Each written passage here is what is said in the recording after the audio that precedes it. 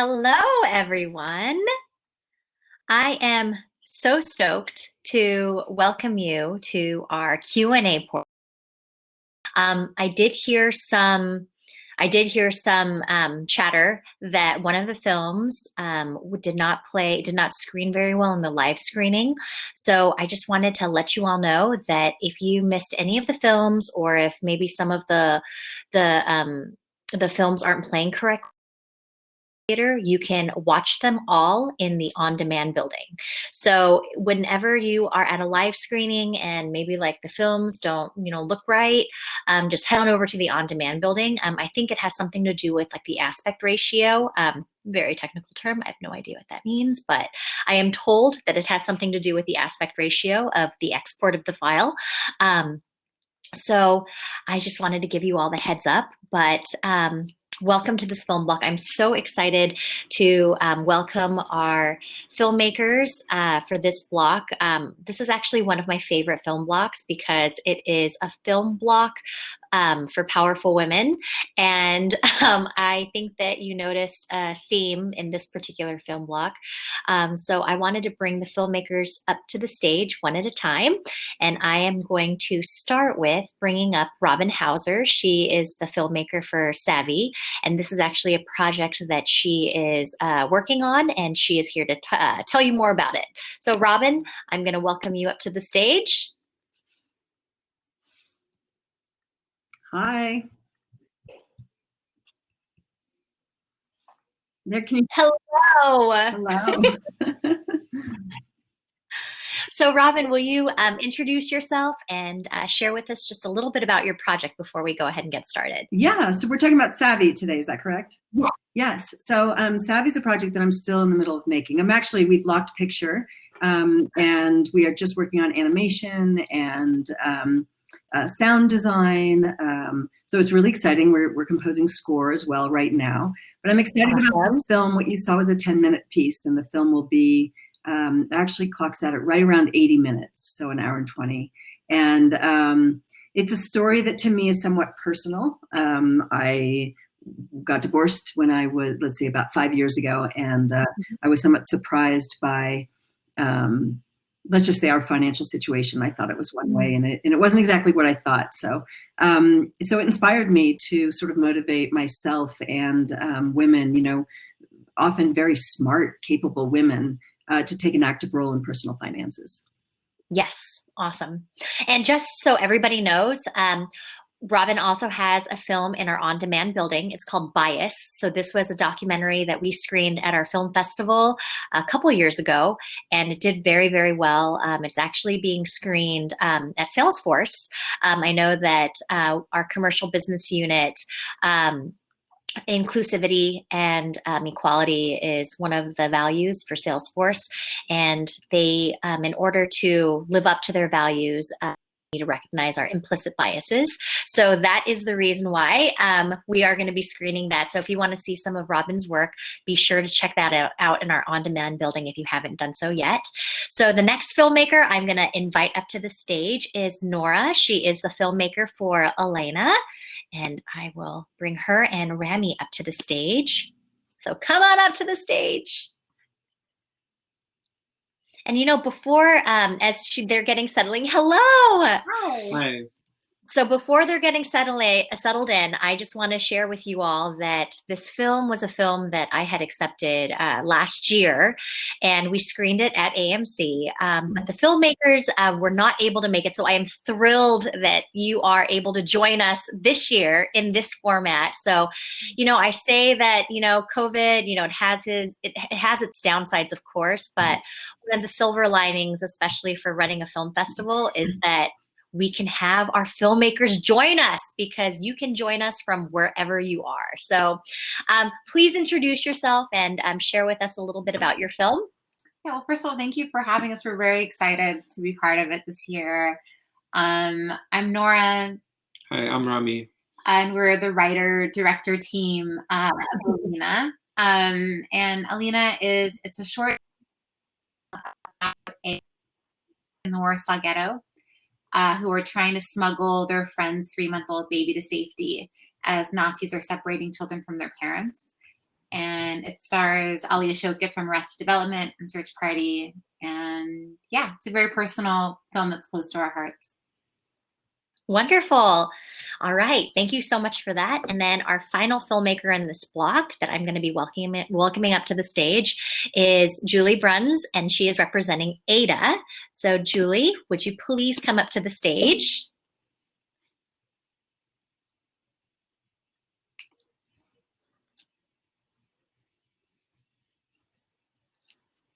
I love your fireplace in the background, Robin. That's amazing. I'm in Park City and it's snowing right now. That's fun. So. Oh my gosh, how is it? How is you guys? You haven't started anything yet, right? Does it start tomorrow? What, Sundance? Oh no, that and Sundance isn't until the end of January. Yeah. Oh, got it. Oh, so we're just there. Do much in person this year, but yeah. But it's beautiful to be out here right now. So. Hello. Yes. Oh. Hello. Like the wrong thing. So Julie, would you introduce yourself and speak a little bit about Ada? Definitely. Hi, I'm Julie Bruns. I co-wrote, co-produced, and star in the film Ada, which is a biopic that we made about Ada Lovelace, who is the woman who wrote the world's first computer program 100 years before there were even computers. Women going out and overachieving all over the place. She did that back in 1850. So when she did it, she was in this time period when women were not, it was the Victorian times. It wasn't really believed that women could do things like this and think in these critical ways. So she spent the last few years of her life, as she was slowly dying of ovarian cancer at the time, trying to raise money to get the first computer built so that her program could run. And she was basically kind of the visionary of the computer age. She was the person who said, it's going to do more than just, be a fancy calculator. There's going to be these machines that one day can send a picture or compose music. And so she really envisioned it, was not successful in her attempts to raise money to do this, but basically died having left notes behind that Alan Turing then later discovered as he was busy designing what did become the first computer. So she definitely left her mark on the world, and I think died knowing she was right, and that was her bitter little justice found in that. And you did a phenomenal job in that film. I love that film. We also screened this film last year. And because of COVID and everything that was going on, I knew that we were going to be going virtual this year. And it was so crazy because right as I was thinking about going virtual, the CEO of Filmocracy, he actually reached out to me on LinkedIn. And it's so funny because I think he did a search on film festival organizers, because Filmocracy, this platform that you all are seeing and that you all are on, it's actually a startup. And it launched in March. So they had a successful, I think it was like a Kickstarter campaign that they had. So they successfully raised their money and then they launched, and it's just been incredible. He showed me a demo and I was sold after the demo. And then, to make things even better, he was like, oh, come check out the San Diego International Film Festival where it's going to be on that platform. And so I checked it out and I was blown away. And then AFM this year was also using this platform when they went virtual. And so it was I just think that they're doing wonderful things, and I'm so glad that we're able to continue, in this format. And because it's virtual and we didn't have as many submissions as we normally have, I was just like, you know what, I'm going to reach out to my alumni filmmakers and I'm going to invite them back, especially knowing that we have our on-demand building. And so I'm thrilled that, all three of you ladies are my alumni filmmakers. So I am so happy to have you guys back and do this Q&A with you all. And so I want to go ahead and I want to get started just by talking about what so what inspired you guys to become a filmmaker, and what was your filmmaking journey, just so our audience can understand where you're coming from, and maybe there's some people in our audience or some people who listen to this recording later on where they want to be filmmakers themselves, but they don't really know where to start. So I'm going to go ahead and we're going to go in the reverse order. Let's go ahead and start with Julie. Wow. I started in my filmmaking career as an actor, as I feel like many filmmakers do, which I'm still doing. But I mean, I think there's this really amazing thing happens when you decide to become a filmmaker from an actor, where you get a lot more choice and control over the types of stories that you're telling. And you have this incredible opportunity to bring to life these things that matter. Ada was a story that mattered a lot, both to me and to my partner Stephen, who directed it and co-wrote it. And it was still to this day probably my favorite thing to bring to the screen, because this being able to portray this human being who actually existed, who did such an incredible thing, and being able to even, you know, we shot for 3 days, take 3 days to just live in her shoes. That was kind of magical. So came to the screen as an actor, decided I want a piece of that ability to tell the story as well as just present it, and I can't see myself stopping anytime soon. Wonderful. I love that. All right, and next we are going to go over to Nora. Yeah, in terms of the film itself, it was inspired by true events. So that's kind of how we got the inspiration for the film. In terms of our filmmaking journey, we have different paths. Rami, you went to film school. And I studied creative writing at Stanford and always loved writing. Like that just was but it never occurred to me to work in film or television. It just seemed like something other people did or had the opportunity to do. So it was really a gradual process. Started working in documentaries first, and met Rami, and I've always loved fiction, and so he kind of pulled me in. So it's sort of his fault, really, that I do like.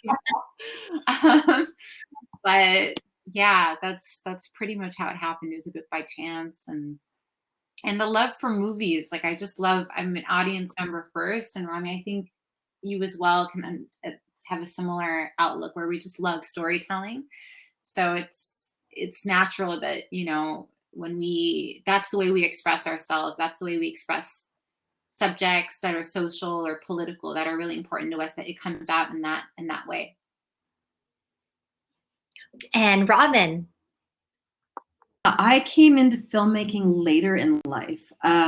I actually have a business degree. I went to business school and did that for a while. And then I raised two kids.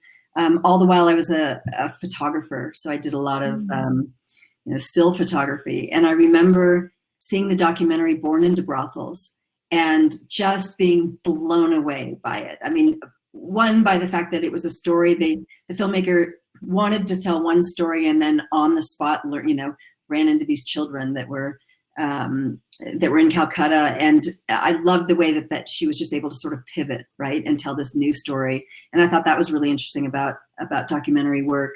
And visually, it was so beautiful. So this idea of visual storytelling took hold of me. And I remember thinking, okay, well, someday I'm going to make a film. And in 2010, my daughter was involved in an incident with her coach. She was a runner, and her coach in high school had Lou Gehrig's disease. And there were some documentary filmmakers that wanted to make a film about it. And so they came to me, and I thought, well, maybe, wow, this is my chance to get involved and see what filmmaking is all about, and also maybe keep an eye on how the story is being told, since my daughter was involved. And I had the bug, got a bug from that, and I learned a lot. It was like going to film school, I think, in a lot of ways. I ended up taking that film over and finishing it with a co-director. But then, and Julie, you'll appreciate this, I did a film called Code: Debugging the Gender Gap, which was about the lack of diversity in tech. And of course, we highlight Ada Lovelace and how important, her work was. And stuff. So that was a fun film. After that, I made a film called Bias, about unconscious bias. That came out in 2018, but obviously still timely. So I've had fun with that. And then now making Savvy, which is a deeply personal film to me. I don't know, I have the bug. I love it. It's a lot of work, as we all know, all of us that are filmmakers know, especially when you're responsible for fundraising and everything else. It's tough. And this year, I think 2020 threw a lot of challenges at us in terms of even just how to keep production alive and make your crew feel comfortable and everything, but how to finish a film during 2020. But I feel really privileged to be able to do this at this stage in my life. So yeah, thanks for having me. Yes, of course. And so that actually leads me to my next question, funding. So I know that, funding is something that every filmmaker needs, in order to make their film. And that is an aspect of our film festival that is a little bit unique, in the sense that we try to combine people in tech and filmmakers together. And so I was just wondering if you all could share how you've raised money to make your films in the past, what avenues you all have used, what has been successful, what has not been successful. And we'll start with Robin. Probably because I didn't go to film school, I didn't really worry too much about following the rules in terms of, like what's traditionally the way to raise funds. I think many years ago, raising funds from the corporate world was probably frowned upon because it was hard for people to understand that you could actually have a sponsorship from a corporate that didn't influence the outcome of the film. And I thought, well, that's just sort of easy. You just tell them they can't, and you believe in yourself that you won't, become biased by anything. So my answer to that was, look, who has money in this world, and who, maybe this comes from my business background, but who has the money, and who cares about these matters? For example, the diversity in tech, who cares about that? Well, the tech industry should, right? So I just went out to the film and to the corporate world and to the tech world, and also banks who now consider themselves, tech companies. And raise money. It's not easy. I think any director that also is responsible for fundraising will tell you that it takes a lot of work. I'm actually still fundraising for Savvy, and I already locked picture. When I made Bias, because of the success of Code debugging the gender gap, it was pretty easy. I had a lot of people that wanted involved. So I think between finding individuals that want to come on as executive producers and contribute money to, I established a 501c3 so they could donate. I've never taken on an investor. I think that terrifies me. Documentary films don't make a lot of money typically. We might make money from speaking and from some private screening events, but let's be real. Unfortunately, most documentary films don't make a whole lot of money, especially if they're cause-based, right? So, yep. So I think it's, it scares me to take on investors, although I know other filmmakers that have done that very successfully. So I look for donations, and usually from private individuals, private family foundations, and corporations and corporate foundations. Awesome. All right. And Nora and Rami? First of all, that's super interesting. Yeah. This is like more useful, this is a great Q&A even. It's great. This is great to hear. And Born into Brothels is actually the film that made me get excited about filmmaking. So that's really cool to hear. Ours is a bit different. I mean, we did a short for this one. So it was kind of, I didn't know the rules either. So it was just a lot of calls, and that's really what happened. And we were fortunate enough to come across people who were passionate about telling World War II and Holocaust stories through the female lens, because a lot of those stories are typically male focused. And even though there have been a lot of stories that take place in that time period, there haven't been a lot that come at it from our particular angle. So, but it was just really looking in our immediate network. And now now that we're trying to move into the feature length space, we're actually trying to find creative ways to, match up with people. I think more on the investor side, because for feature films, there are more outlets in terms of being able to distribute it and do sales. But we're still in our early phases of like navigating that. And so this is a great opportunity to learn more, and especially about people in tech who might be interested in stories like ours, or stories like, these great women are also telling here. So, yeah. Awesome. And Julie? Yeah, I think it's first of all, Ada, we did with the help of it was selected as part of the Crazy Eights film event here in Vancouver, which helped a lot. Basically, they give you $1,000 and a ton of in-kind resources to work with, and the rest of the money that went into making Ada was through a few private donations and some of our own little bits of investment. But I mean, funding a film, especially a short film, as Nora was saying, it's, I think, a lot easier when you have a feature, because that's something that when you do a feature, it's just a lot easier to sell. So it's a better investment. Shorts are really hard, especially because I think there is that fear around, if I bring on an investor, how beholden am I to them? Even if I win a grant, like how much say are those people going to have in the creative control? And I think it's so important to keep that creative control in the hands of the creators so that the story doesn't get diluted. Luckily enough, in Canada, we have access to a lot of different grants. I'm still nervous about doing them. I'm still nervous about investors for all those same reasons. I still am kind of in the boat of like, if I'm doing a short, I kind of want to find ways to keep the budget small and self-fund and really rely on like the strength of the writing and the directors and the actors. These things that, it costs the same to have bad ones as good ones in a way. But I think especially in these pandemic times, when we've all been, sitting in our houses and consuming so much media and art, I think it's just becoming so clear to me that there needs to be more support for and funding for the arts, because it's such a important aspect of our lives. And having, the opportunity to come to things like SVIFF and connect with investors to make more of these things happen like that. Those connections are amazing.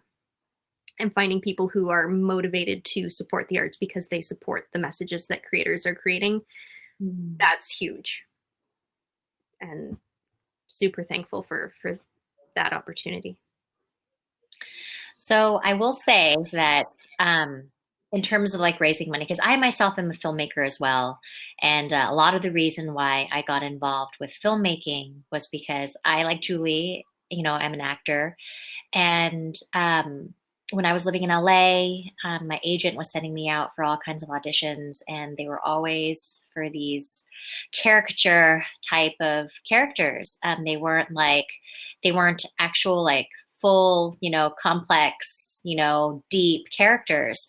And, like embodying those type of characters are the reason why I was drawn to major in theater in college, And so I got tired of it. I got tired of being broke. And so I just decided to take a break, and I moved up to the Bay Area. And then that's where I got a job in tech, as an executive assistant. And so I started supporting these executives. And as an executive assistant, you just have so much visibility into everything, into their entire business.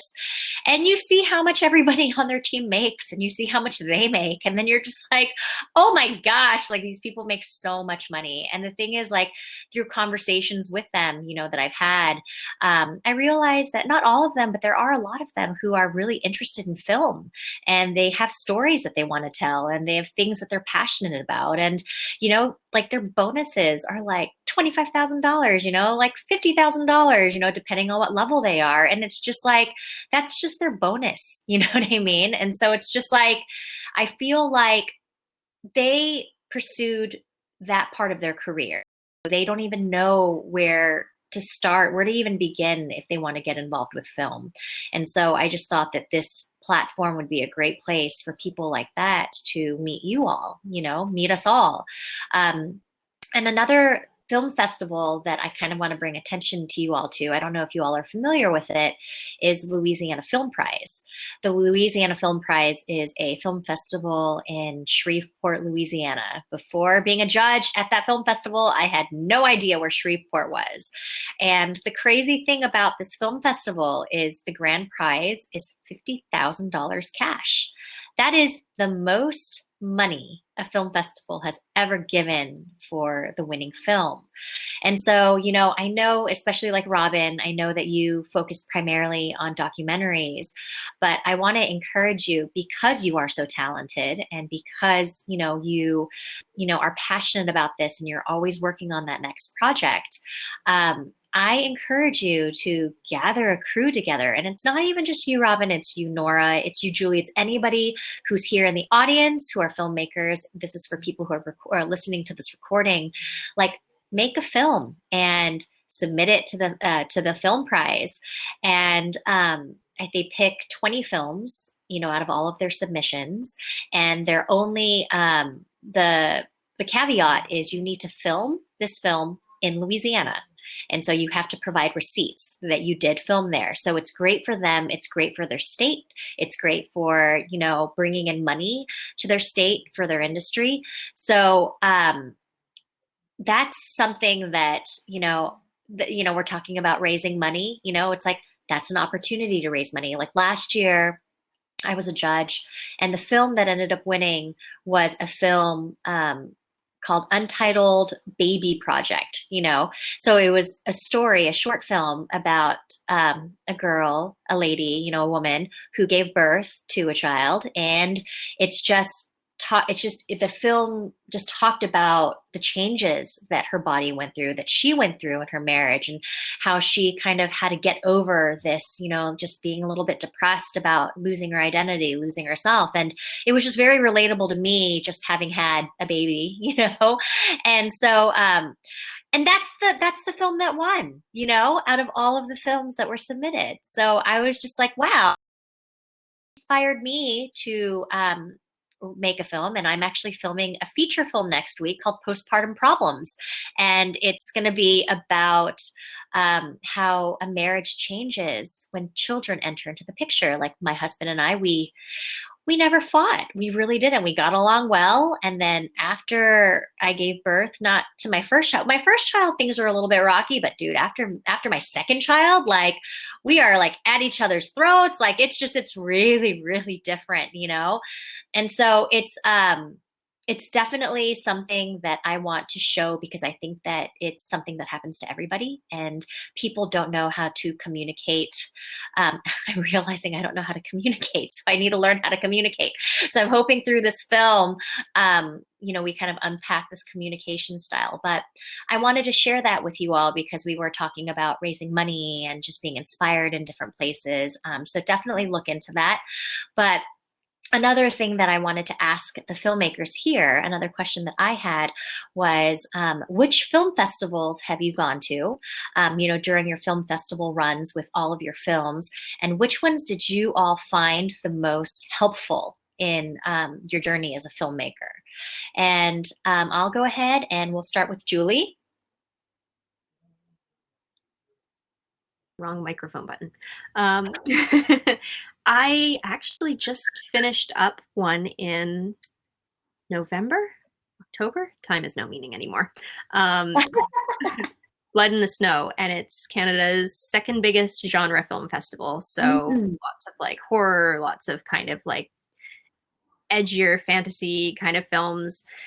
And they did such an amazing job of pivoting, as it were, to the virtual scene. And they had, it's a bigger festival, so they normally have, round tables with a lot of distributors and funders based in Canada.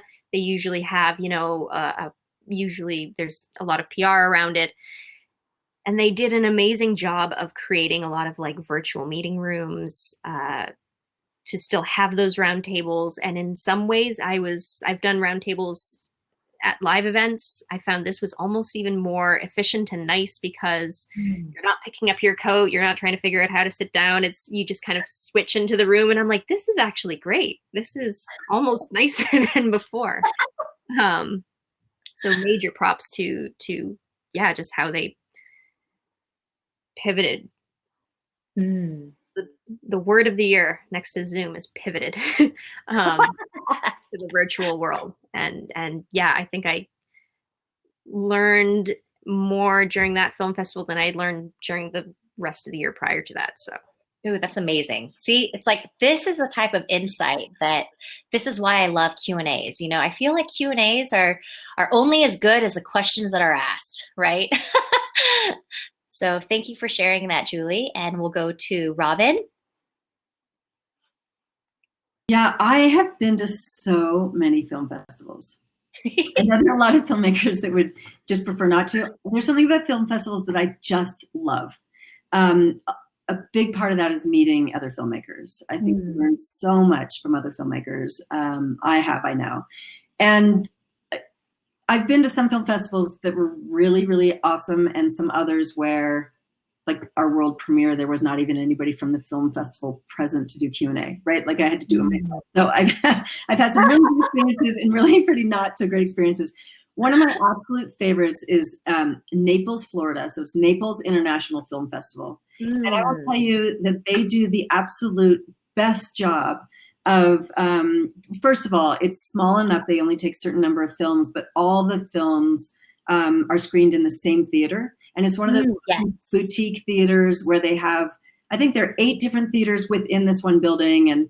And so all the filmmakers are there, you know, you're not driving all over the place and everything, you're all there. And then they have every year they get what's it called? Like a big Winnebago, and they park it outside, and that's the filmmakers lounge. And so when you're not screening, you know, drop in, and there are late night parties, but they really prioritize taking care of the filmmaker. They make the filmmakers feel really welcome and valued and appreciated. And not all film festivals are like that. Sometimes it's all about the stars that are there, right? Or the filmmaker sort of gets pushed to the background. So I appreciate that. And some of my closest filmmaker friends to this day, you know, I've been in the business now 11 years, right? So are people that I've met at that film festival. And then Napa Valley Film Festival, the directors that I was familiar with aren't there anymore, unfortunately, but they did this artist in residence program that was such a treat. I mean, and if you applied for that and was selected, which I was, I think, for Bias documentary, I can't remember if it was Code of Bias, but they put you up at Meadowood in Napa. Unfortunately, Meadowood just was, you know, half of it burned down in one of the fires. Oh. But they just did amazing programs there where you got to really be in this intensive workshop with other filmmakers. And they brought people up from Hollywood to talk about distribution. And they divided you into sort of a group of narrative and a group of documentary filmmakers so that it was relevant, right, the discussion. I guess I went with Code, and then I went back as sort of an alum to talk about fundraising. When I was there for a couple of years later, they invited me back as one of the speakers. But anyway, that was a real treat too. So there are great film festivals out there. Of course, you know, Christina, you've done an amazing job with Silicon Valley International Film Festival. So I think they're definitely, you know, worth my time. Yeah. No, that's super insightful, because I have never heard of the Naples Film Festival. So that is on my radar now. Thank you. They're wonderful. Yeah. All right. And Nora and Rami? It's interesting. We have different experiences because Rami has attended more in-person pre-COVID festivals, and I've experienced more. We've done, Silicon Valley was one of our first, actually, but we've done 160 festivals so far with this particular short, but they've mostly been incredible. So thank you. But it's, so I can definitely answer like who's pivoted now. I'm using that.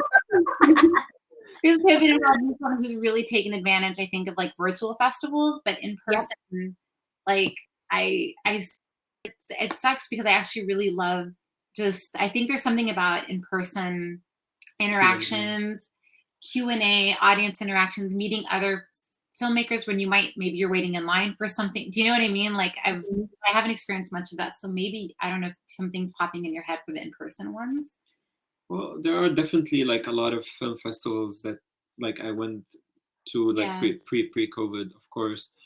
Clermont-Ferrand was really great. Like especially when it comes, I really love the live Q&A with the people when there's like a lot of and some of the people in the audience start to ask you questions. That's really interactive, and it's just we're always curious as filmmakers when we hear somebody from the audience like asking you a direct question, and I find that interaction so precious, and just I don't know, like there's something that's really precious about that we're missing in the COVID time. But on the other hand, in the COVID time, we're like able to be more accessible and more available in a lot of festivals in order to do those types of to do different types of Q&A, which is also enjoyable. Yeah. Aesthetica in the UK, which I don't want to misspeak, but they're a short film festival. I think I don't know how many years ago, but it was just like one woman who's like, there isn't a film festival in this town in England and I'm going to do it. And now it's like a BAFTA qualifying festival that really has a big following. But what I appreciated was they did a lot of direct, like they found some really great European production and distribution companies minute pitch that were like, it was 4 a.m. It was really worth it. It was worth it because it was especially encouraged it to be for shorts that were really proof of concept for features. Thanks, exactly. So so that was a standout. But I've been it was at the Aesthetica Short Film Festival. Where is that? Oh, sorry. It's in the UK. I don't remember which town. Oh, the other really great one. I have to say the UK ones have really impressed me. Yeah. There's Norwich Film Festival. Norwich. Which is kind of, they did a really great job with social media. Like that was one of those festivals where I was getting hit up by strangers who had watched it at that, but like that's great. They really, I think, they found an audience. Yeah. So did, oh my God, I always mispronounce Adirondack. Adirondack. Thank you. Adirondack. Yeah.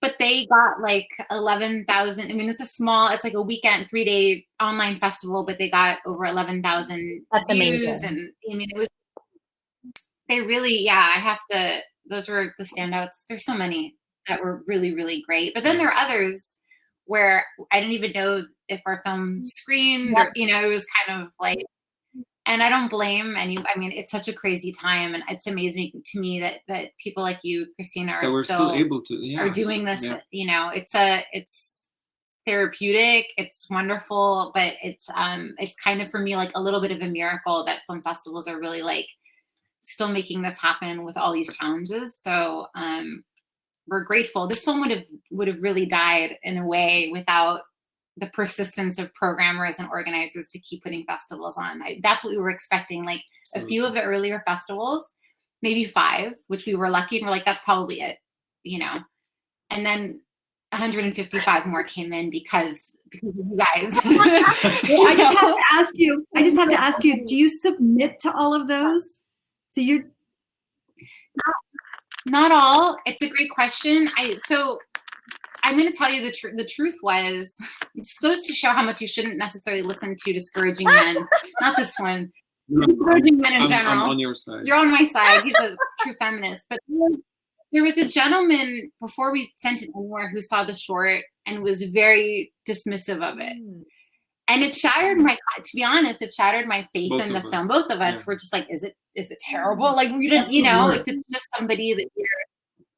So he was kind of like I mean, he didn't say it explicitly, but this suggestion was, you can put this in a drawer thing. And I said, okay, let me just submit to like 1, because it's expensive. Yeah. It's expensive to submit, right? So we submitted to 1, which was kind of a big UK festival, Cambridge. Cambridge, yeah. And it was right before COVID. It might have been a week or so before last year's Silicon Valley Festival. Yeah. And it was like a big screen thing, but obviously we couldn't attend. And it won the audience award. So there were, it was attended by tons of people. We knew nobody there. And we were like, what? So then it really encouraged us to try to send it out. And then some programmers cross-program. So they program for different festivals. But it was such a lesson because I swear I was very close to not really trying to submit anymore. Oh, wow. Like I was so hurt and devastated. I was like, oh man, like I understand there are different opinions on any film. It's very subjective, but it was no one cares about these women in World War II. It was like a very, this is not a worthy story.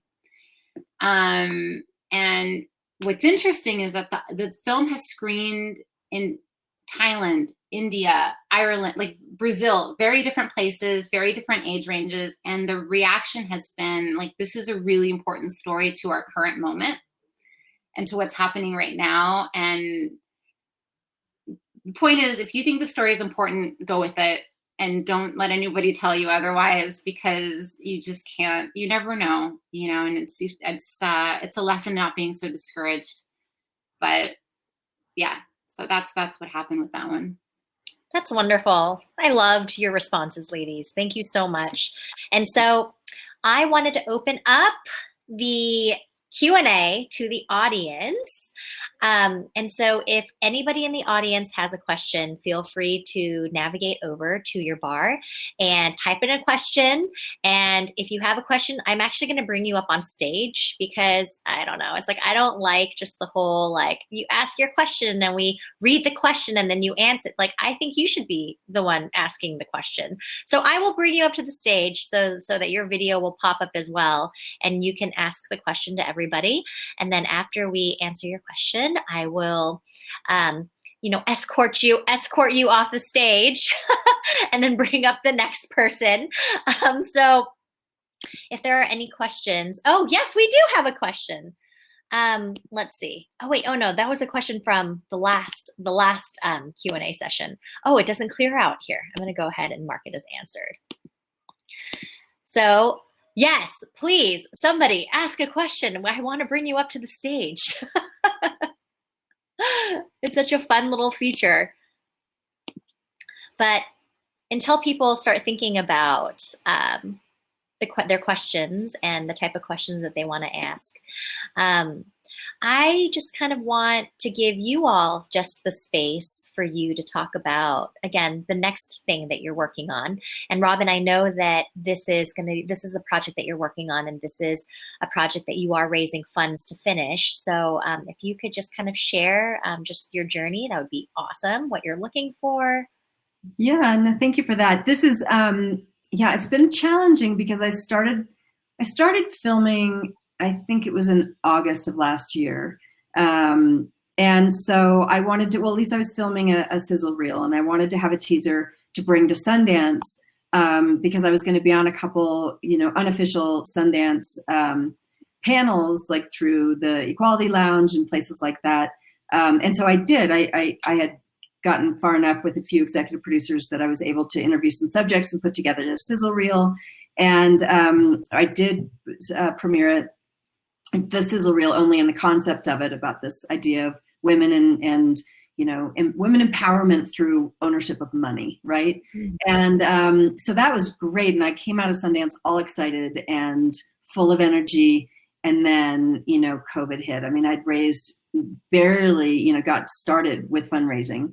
A lot of corporate asks, especially, take a long time. And it's funny because I actually started this one saying, I'm going to go all individuals. I'm not going to rely on corporations at all. And I realized how much harder that is. You get the feeling like you walk into a cocktail party, people see you, they turn and they run. You're so desperate to just asking everybody to contribute and everybody for money. And every time I do all the grant writing and I submit to all the grants, and I've never once been awarded any of the big public grants, whether it's MacArthur or, like the other filmmakers are nodding. I mean, it's really tough. And whenever I hear somebody say from one of those organizations, which I think are fabulous. But when they say, "Oh, you should submit, you should apply for a like, grant, or you should apply for this," when you think about the fact that probably less than 5% of people actually get that funding, it's really hard. It's a good exercise to go through filling out those applications. There's no doubt about it, because it really gets you to think deeply. But you're also filling it out, and it's going to change so much. Your synopsis when you're filling out those are so different, right? But anyway, especially through the journey of if you're making a documentary. But anyway, back to Savvy. Yeah, so I began to get highly discouraged, I'd say, around April. And I actually stopped fundraising for a while, because in March, April, even the beginning of May, I began to realize that companies were going to fund direct COVID type initiatives, right? I mean, they were funding things to make masks and to feed the homeless. And I support that 100%. So I didn't, even though I really believed that this idea of teaching women how they can, grow their money and take charge of their money and take charge of personal finances is going to be incredibly relevant in the wake of COVID. I fully understood that companies had pressure on them, especially if they're laying people off, to fund frontline things right now directly related to COVID. And mine was sort of a step beyond that. So I laid off of fundraising for a while, worked on production. And then I came back into it when I began to sense that the mood was changing a little bit around June. And yeah, I'm about $100,000 short, but I've raised, over $1 million at this point. So I'm thrilled, and I'm so grateful to the companies and the organizations that have funded. And I'm really excited about, taking it to the next step. So I was lucky to be able to get through production, have enough funds, but it's challenging. Robin, and I think your video, do you guys see her video? Yeah. It's me. I just want to say, Julie, I think you mentioned something earlier about that, but it is unfortunate when you have to focus so much on fundraising and not on creative. And I will say that I really believe that a lot of fundraising resources are drying up, right? A lot of these organizations that fund are dissolving. The funds aren't there. So there has to be, if this type of content is needed and wanted in the world, there has to be an easier way for filmmakers, independent filmmakers, to raise money to make their films. But anyway, you asked me, I got into fundraising again. You asked me about Savvy. I mean, I'm really excited about this, and we should premiere sometime in 2021. I mean, we will. I don't know where yet, but by hook or crook, we'll get there. So I think, Christina, now we can't hear you. You're muted, Christina.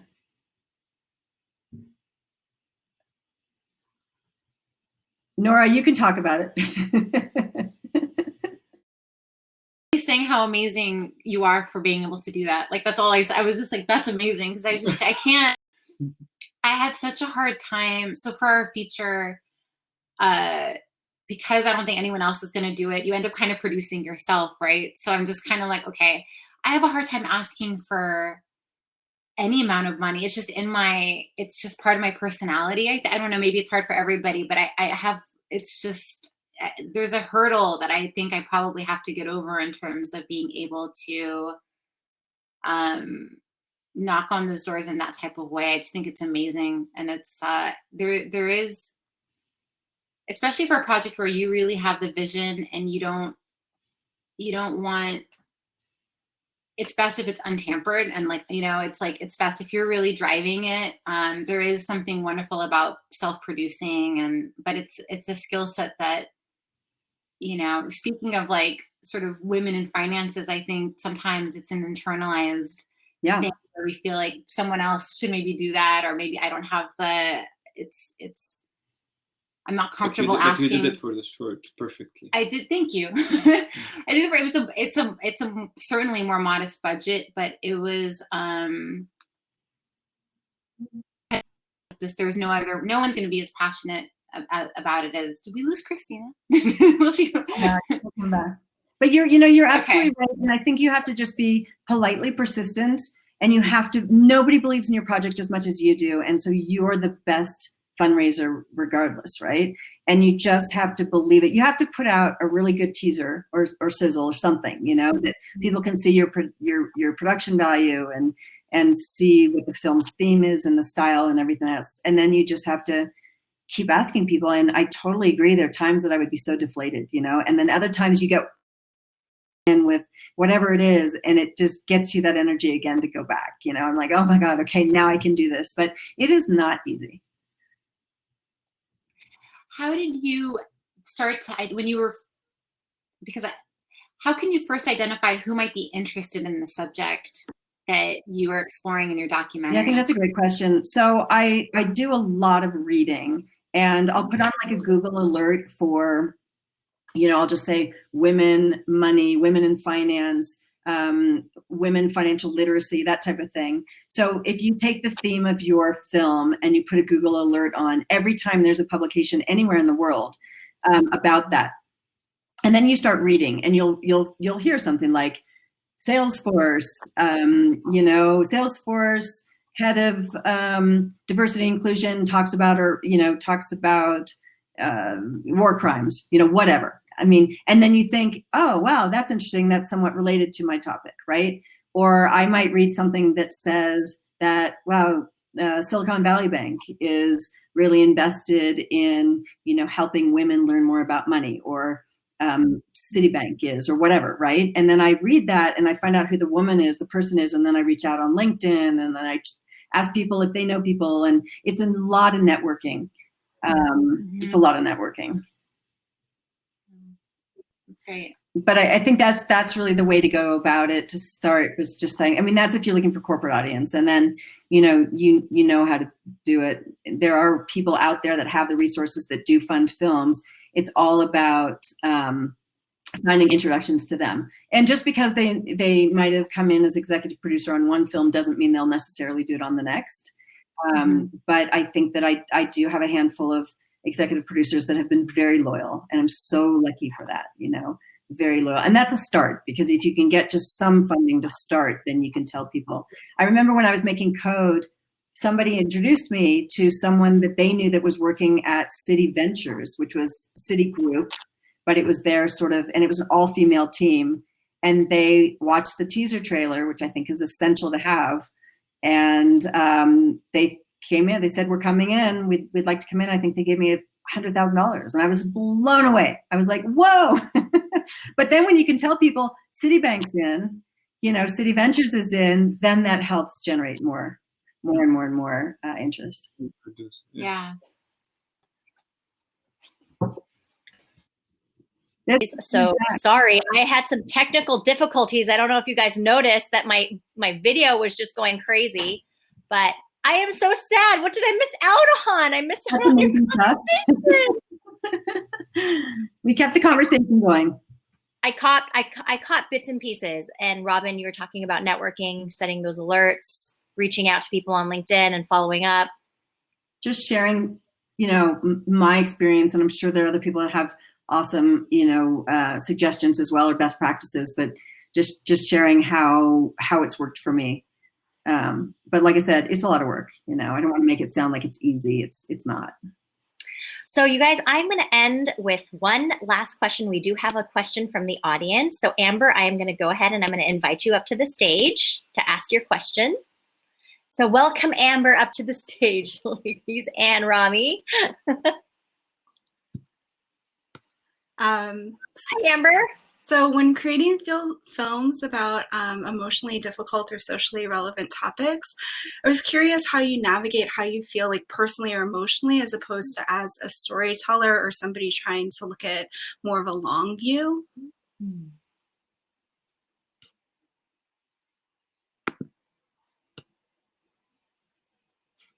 And let's start off with Robin, and then we can go to Julie and Nora and Rami. Well, if I understood the question right, Amber, I feel in a way that's more directed toward narrative as opposed to a documentary. But even in a documentary, if I'm, you know, we have obviously tell personal stories, right? The different subjects that we have that tell personal stories, and you know, can you ask your question again? Is it how do we keep that emotional thing, or how do we not get our own emotions involved? I'm not sure I understood. Yeah. Like, do you have times where you consciously have to set some emotional distance from the subject matter? Yeah, that's a good question. So one of the subjects in Savvy lost her husband in a bike accident. And I wanted to be very, very sensitive to that, because we were talking to her about how she suddenly realized that they had been living paycheck to paycheck, even though on a very high level, and that they were, she fell into sort of, as she would say, they didn't have their shit together, right? And like millions of Americans live that way, but she's a really good example of it. And I told her that we needed to have a very visual. I didn't want it to be all just, talking heads, so that we were going to do some very subtle sort of reenactments. And I really was worried about how she was going to respond to that. And I said, I promise you this will be opaque and not literal. I'm not going to show, a man lying on the asphalt, obviously, but she was very concerned about that. So I had to, and as a director, when you're asking somebody questions about that, I had to be very sensitive to her feelings and her plight. And at the same time, you need to bring the audience into that emotion, right? So you have to also get them to show emotion. You just want to be careful that you're not doing it in a gratuitous way. All right, and Julie? I think gratuitous is definitely the key word there. I think when I'm working on a film, whether as an actor or as a, as a director, as a writer, it's if that person, I kind of lean into the personal emotion. If it's not connecting with me, how can I expect it to connect with anybody else? Like what I want to bring to the screen, however filtered it is through stylization and whatnot, it's still needs to be a type of human truth that's going to resonate with somebody. Otherwise, why would you watch it if you can't understand those characters and what the energy of that story is? I think that there's a fine line between putting emotion in kind of a manipulative way, where it's like, oh, I want people to react a certain way, so I'm going to manipulate them, versus I want people to go on this journey of this story in a way that connects in a meaningful way. So I think fine-tuning that barometer between gratuitous and truthful is a really important skill to and work with, from like concept through screenwriting, through deciding what language you're going to use or what images you're going to choose to portray, knowing what is serving the story and what is honest versus what can be a bit manipulative of the audience is really important there for me. And Nora and Rami? First of all, we couldn't agree more with that point about, it's something that we haven't heard a lot of people talk about it. It's something we talk about internally a lot as audience members of a film, is people can generally tell when something is emotionally manipulative versus honest. Maybe not everybody, but people at least close to that subject, even if they're a smaller audience, those people will tell, and so therefore it matters. So I think trying to tell a story as truthfully and trusting your audience to feel whatever they want to feel is such an important goal to keep in mind. I think for us, everything we do comes from a very personal place. There's a natural organic thing that happens, is that the more you bring in other collaborators, the more you start to realize what makes this interesting to an audience and to people who have not lived my personal experience. That's something I think about a lot, especially something like semi-autobiographical or comes from, then it's a process of sharing the script with other people, then sharing it with some actors and crew. And just through that process organically, you start to look, at least for me, I start to look at it less as a this is interesting to me and too personally, and I start to look at it more as a project that I'm working on collaboratively with other people. And that provides, at least for me, that emotional distance, because it starts from everybody's.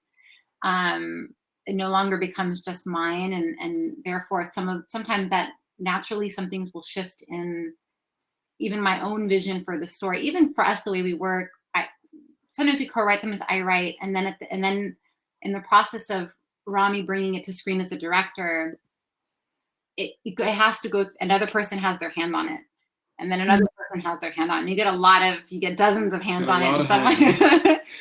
And then that makes it almost impossible to stay too emotionally attached. Because then I think it would damage the film, because it would be for me. And some filmmakers, and there's no right or wrong answer. Some filmmakers are like, I don't care who sees this is for me, and it's period. And that's one way that's totally fine. But I really, really care about the audience, and I care about how, what are we putting out into the world and how is it being received? And to do that, it's good to have a little bit of distance. It's a great question. I haven't figured it out, as you can tell by my rambling. It's just something that it's a great thing to keep in mind when bringing a story to life. Well, if I add one point to your point, I think because I happen to also edit our projects, and editing is, as everyone knows, like the last writing process of the film, and the editing. Julie, you said everything beautifully, by the way. Just thank you for saying that. And to go back to what you were saying, like about manipulating an emotion. To me, it's really the more you're like spontaneously and genuinely following the true emotion, genuinely and truthfully, is that when you're not manipulating at all, and that's when the audience is receiving the complete truth about this emotion. Because when I usually edit, and when you write, and when we both write, it's like you're really putting yourself in the shoes of the character, and that character is usually, for us in our case, is a composite of people that we normally know, and we borrow from ourselves as well to put those characters as well. So I think especially during writing and editing, like those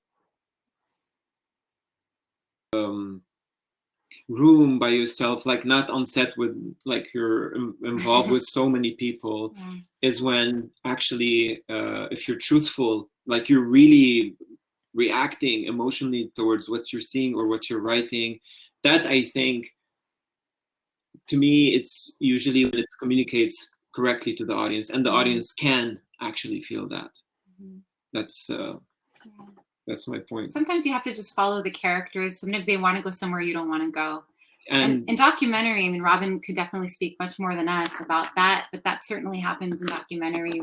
My experience in it is modest, but sometimes the story will take you in a direction. That's Born into Brothels was an example. She wanted to do a certain documentary, and sometimes something will just move you in a way. And if you ride that current out, the end result often more powerful than if you insisted on doing it in the way that you want it.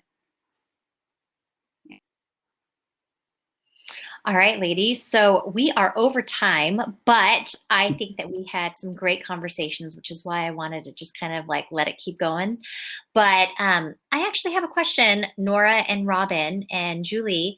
Do you all want to? I know Nora and Rami, you guys are speed networking tomorrow. Robin, did you have time today? Because we're going to head into speed networking in a different building. And if you want to participate, and talk about Savvy and pitch Savvy to the people in the networking space.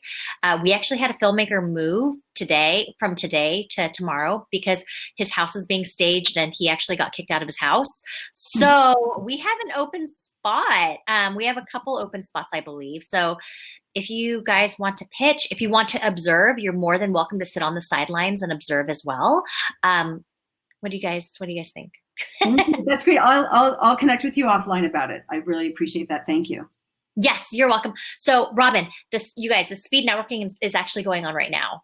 And so it's like in the speed networking building. So do you guys want to jump in, and you guys want me to throw you guys into the mix? I actually have to jump on another call in about 20 minutes, so I don't think I'm able to do that, unfortunately. It's all right. Late notice, but I really appreciate the offer.